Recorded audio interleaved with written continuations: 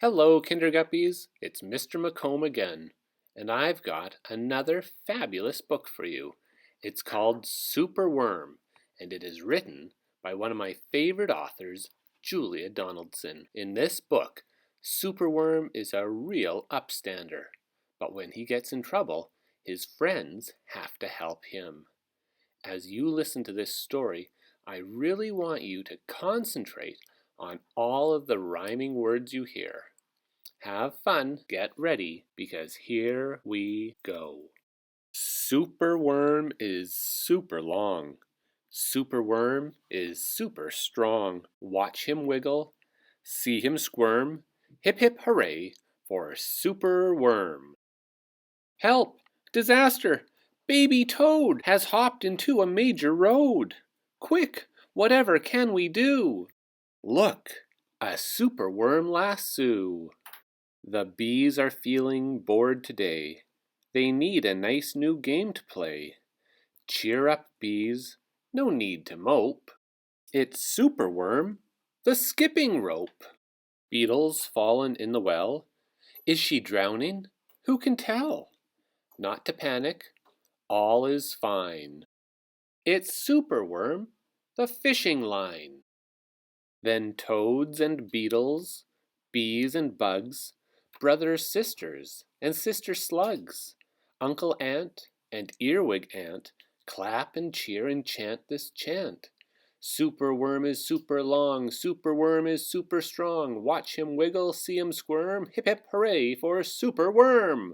The chant is carried on the air to Wizard Lizard in his lair.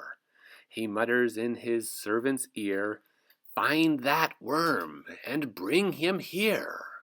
The servant crow is black and grim. Everyone is scared of him.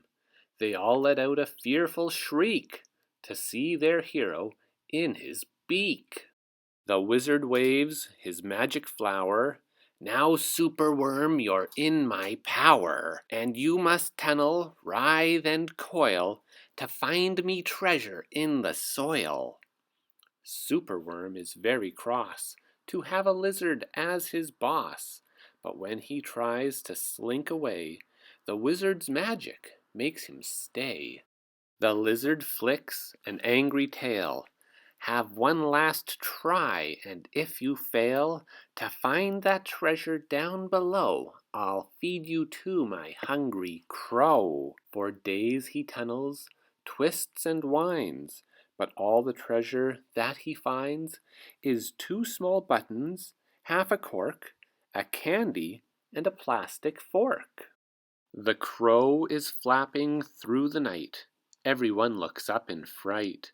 They see him sit upon an oak and listen to his dreadful croak. "Superworm is good to eat. Superworm's a juicy treat. He'll be yummy, fat, and firm. Hip hip hooray for Juicy Worm." Action quickly, at the double. Superworm's in frightful trouble. We must help him if we can. We must come up with a smart plan. So the garden creatures leave their home, carrying a honeycomb. They jump and fly and crawl and creep, and find the lizard fast asleep. They chew the petals off his flower to rob him of his magic power. The caterpillars fetch some leaves, while busily the spider weaves. The web is strong, the web is tough, the web is plenty big enough. The wizard wakes. "This isn't funny. I'm wrapped in leaves and stuck with honey." Then up the bees and beetles fly and lift the web into the sky. This is the place, and bang, crash, thump, the wizard's in the garbage dump. And now from somewhere underground there comes a distant rumbling sound. The earth begins to heave, and then Superworm is back again. Superworm the swing, the slide, the hula hoop, the fairground ride. Superworm the belt, the hat, the crane, the train, the acrobat.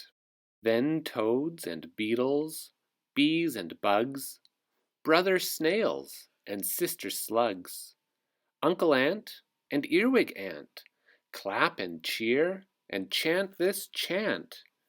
Superworm is super long, Superworm is super strong. Watch him wiggle, see him squirm. Hip hip hooray for Superworm! Well, Kinderguppies, here we are again, at the end of another book. I really liked this book, not just because it was written by Julia Donaldson and had lots of funny rhymes, but I liked it because Superworm was a wonderful upstander. Another thing I really enjoyed was looking at the insects, the beetles and the spiders, the butterflies and moths, the caterpillars, and even the fireflies. Did you guys all see the fireflies? If you missed them, you can go back and watch it again. And remember, I will talk to you all later.